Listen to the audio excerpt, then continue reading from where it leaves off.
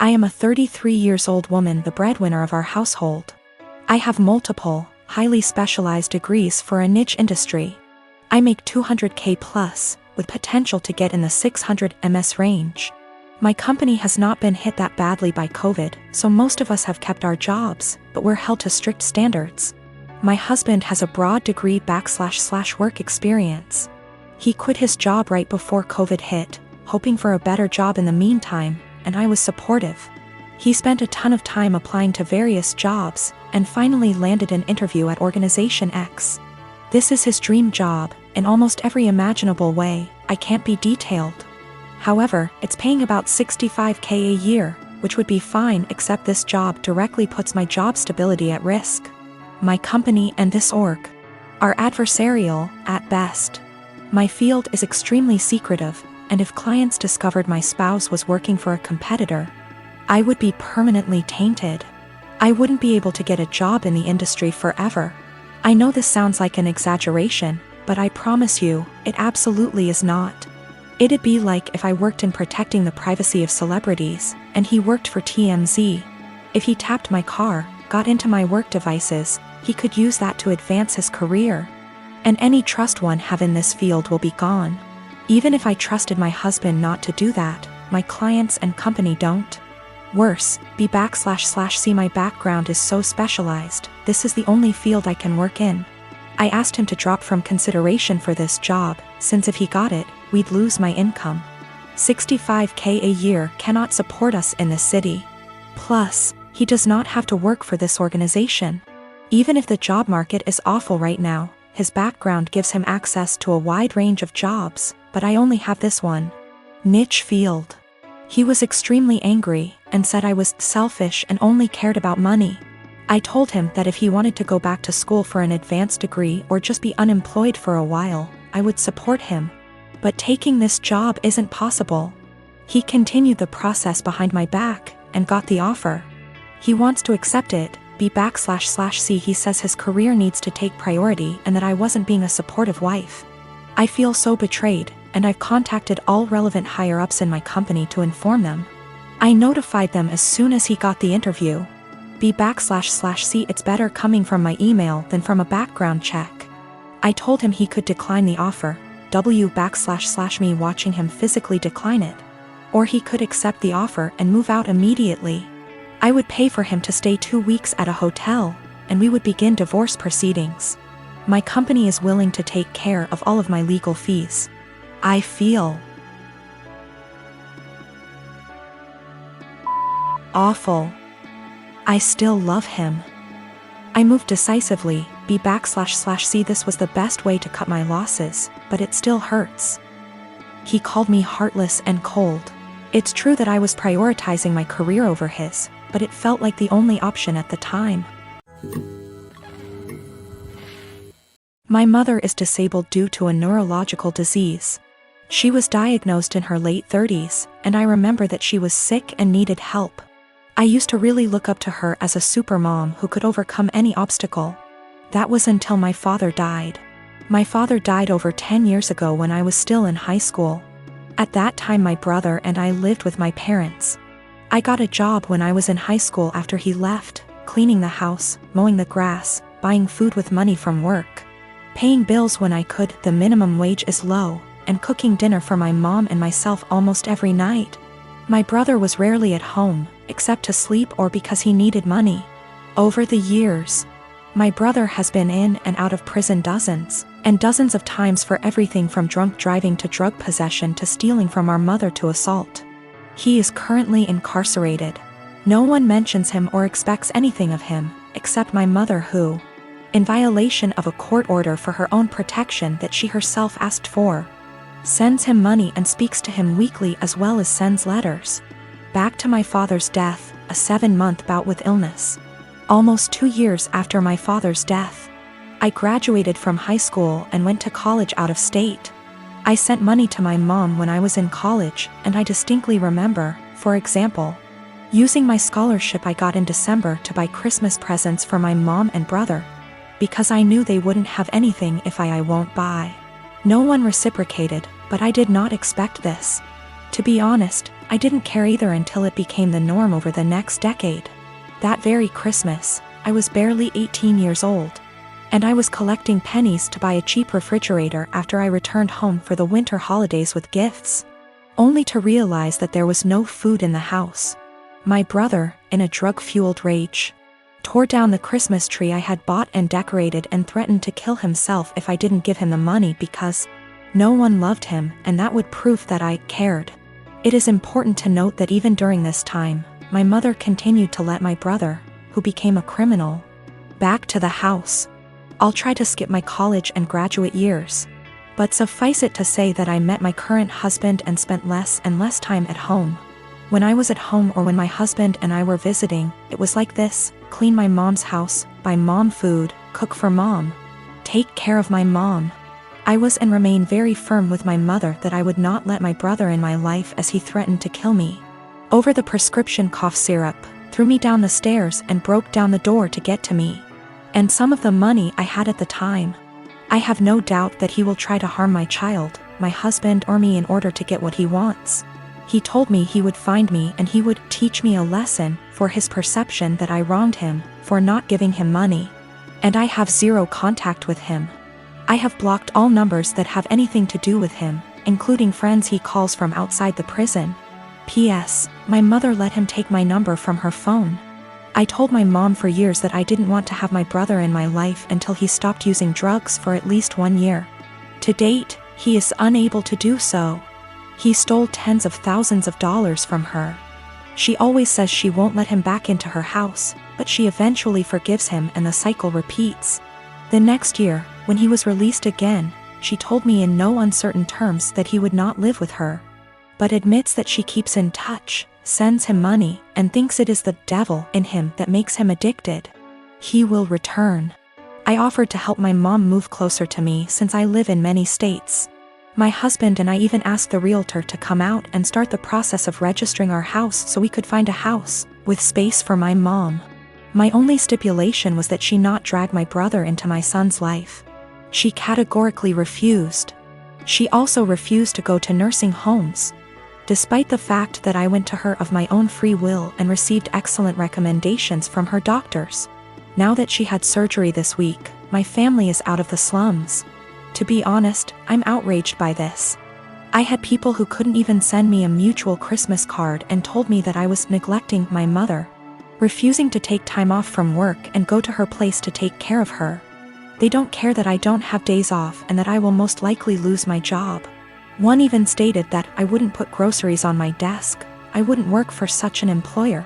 It's easy to say those words, but say it to my hungry baby. They said, "Who do you think took care of you as a baby?" And frankly, it hurts me. Sometimes you have to learn how to deal with life. You can't just ignore it because getting on with life means losing your job. Walking away from my toddler in his growing up years and taking care of my mother, I guess? You can probably tell at this point that I'm fed up. I am in a stalemate when literally the only surviving family members tell me to quit my job, my family, my young child to take care of my mom and help her. They also refuse to give a timeline, saying it will be as long as she needs it. I am expected to take care of her 24 hours a day, 7 days a week, no questions asked. I also feel strongly that they resent my mother for asking them to do me a service. Even though I have explained many times that I offered her to stay with us and have the operation here, at no cost to her, mind you.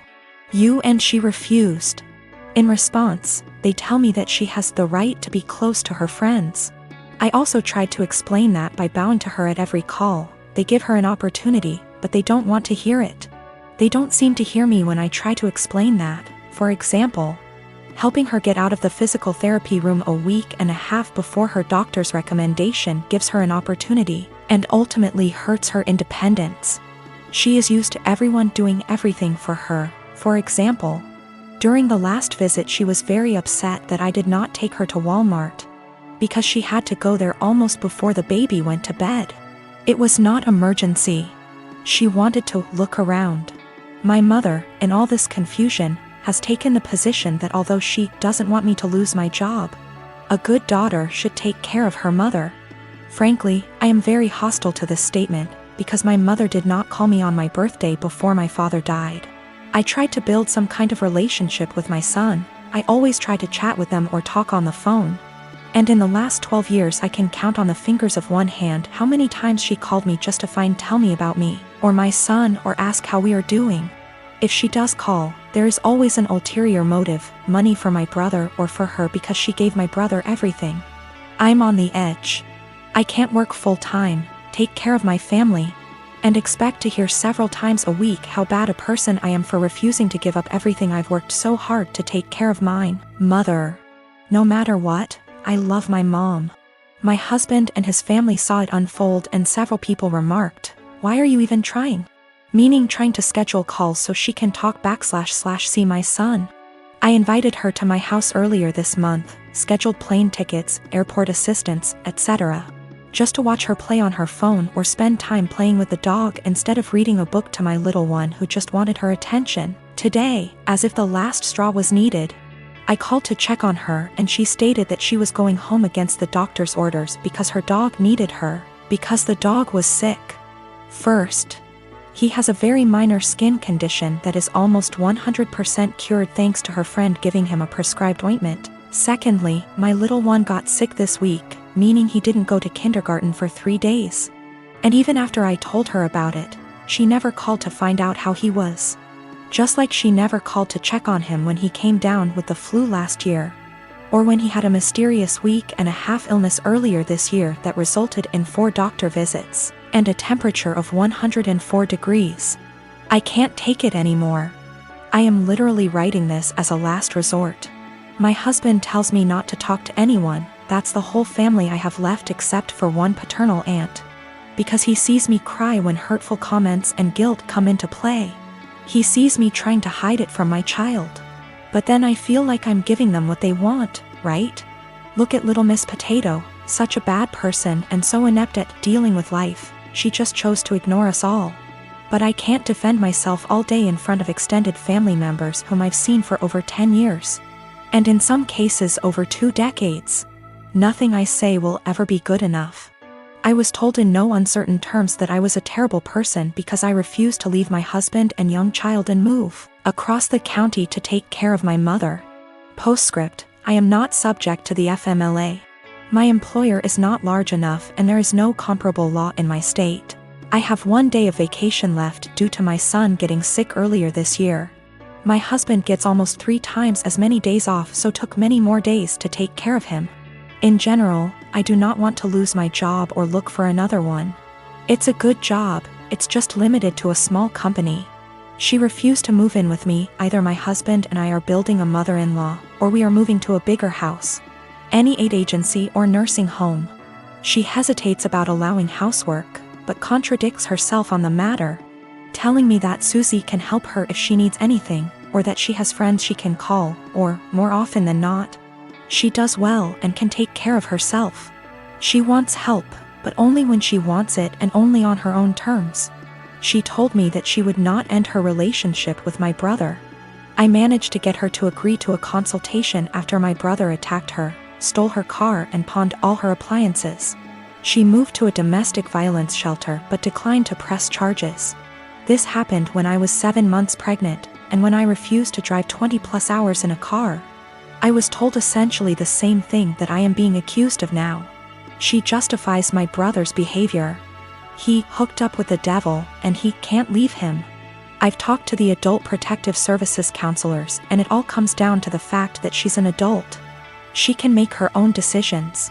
Her doctors, although they seem to agree that she may need help taking care of herself, refuse to state that she is unable to take care of herself. I'm in a relationship with a guy who also works in tech. He makes $68K and I make $130K. I am a mechanical engineer at a robotics startup. He works at a more stable job doing programming at a large company. He brought me to meet his friends at a party and they asked me about myself. His friends mostly work in tech too and talked about themselves in terms of their jobs. I told them I'm an hiker, I do archery, I love road trips and camping and riding dirt bikes, etc. Basically talking about my hobbies because work is just a way to get paid to do the shit I love. It's not how I define myself and it doesn't come to mind when someone wants me to tell them about myself. One of his friends asked about work and I said, oh gosh, I don't want to talk about work at a party. Spent my whole day sweating my ass off in 95-degree heat trying to replace this busted-ass motor just to find the replacement. I wasn't lying or trying to downplay that I have a good job, that really is how I spent my day. And I wasn't in the mood to talk shop at a party. Some other conversations came up casually that probably also made me seem poorer, like me saying that car dealership repairs were a ripoff, and telling my boyfriend that my childhood neighbor's trailer caught on fire and I was gonna visit and help her out. I wasn't doing it on purpose. I was literally just talking about my life, but I guess I gave the impression I was poorer. It got later in the night, everyone was getting drunker, and some of his friends, not close ones though, were making jokes about me growing up in a trailer and being a gold digger, and being ready to jump to a richer guy. Really misogynistic shit honestly, since they don't even know me and seem to just assume all girls are good diggers. He didn't say anything. He later said it was because he'd smoked weed and gets quiet and has trouble carrying on a quick conversation when he's high. But regardless, I felt hurt he didn't say anything. I got irritated with his friends and asked, now why the hell would you say that when I make twice what he does? His friends went quiet for a second and I continued, there ain't no gold to dig here, not with him or anyone at this party. So do y'all think I'm cheap, or do y'all think? My boyfriend wanted to leave the party shortly after and he was pretty upset with me for telling everyone I make twice what he does. I said I would have held my tongue if he'd checked his friends himself. But he didn't say anything, so I wasn't about to let them talk to me like that. He said it was humiliating and now everyone thinks I may. And I flippantly said at least they know I'm a rich. He was angry. I embarrassed him when I spoke up. I was angry I had to say anything at all because his friends were talking shit, so it should be on him to check them. My wife and I have been together for 5 years, married for 4. She had a bad marriage before me and had a child. I had no problem stepping up to the plate to help her raise her child. The father wants nothing to do with my wife or his kid. To the point, I had 2 friends that I've had since I was 16. They were both female and I had dated one of them for 4 years, but we split up agreeing that we made better friends than an actual couple. This never happens in real life apparently. She's always been my go for advice and I made our friendship 100% transparent for my wife when we first met, and never did anything. Out of habit, my friend and I still said we loved each other, but more of a platonic love. We both loved our current partners and never wanted anything between each other. However, after a few years this took a toll on my wife and she asked me to stop telling her that I loved her. So I explained this to my friend and she said she understood and would have no problem doing so. Another month or so I still have 100% transparency with my wife as to make her feel comfortable. I got deployed and my friend had just had her baby and asked me if I wanted to FaceTime to see her. I said yes, naturally happy for her and her husband. After a nice chat and meeting her new son, I got a call from my wife a few days later asking if I had talked to her KN FaceTime. I told her that I had and why, also telling her what we had discussed. My wife then didn't talk to me the rest of my deployment. When I got home I explained that I was sorry it hurt her feelings and wanted to make things better. She told me to never talk to her again. I tried to explain that it was just a friendship and that neither of us wanted a relationship. My wife took it upon herself to call her and tell her that if she didn't stop talking to me forever that she would tell my friend's husband that we were having an affair. She did not tell me any of this. I quickly noticed she had blocked me on everything, including my number. I had no idea what happened, so I confronted my wife and she told me that she was certain I was cheating on her, and that my friend and I were having an affair. She then told me that she had called her and only asked her to not talk to me anymore. I was slightly upset but stood by her decision and held no grudge. I feel like this event led to the breakdown of everything. She started to have no trust in anything I did, constantly going through my phone, and she would constantly lock her phone, or lock herself in the bathroom talking to someone on the phone. She started blaming her job for her unhappiness. I told her that I could pull extra hours at work if she wanted to quit to find a new one. She quickly quit her job and made no attempt to find work again. I was enlisted at the time. She said she hated that I was gone all the time, so I offered to go reserves to be with her more. She said that would fix it. so I got a civilian job that paid decent, but we had to move. The job is stressful and I'm not very fond of being a civilian. She has now come to the conclusion that I need to get out of the military and quit my civilian job, and we to move again, and that's the only way she'll be happy. I feel like I've given up everything for her to be happy. I'm trying to show her the logic that there is no way for us to survive if neither of us works. I love my wife and don't want a divorce, but I feel like she will never be happy and I'm not sure how to fix it. She blames everything on me and says that I'd be happier with someone else, or says she's leaving again. I'm currently deployed again, and the last week I was home she wouldn't talk to me or spend time with me and our daughter. She would lock herself in the bedroom all day. Then at night she would call me names and say I don't care about her and I never spend time with her.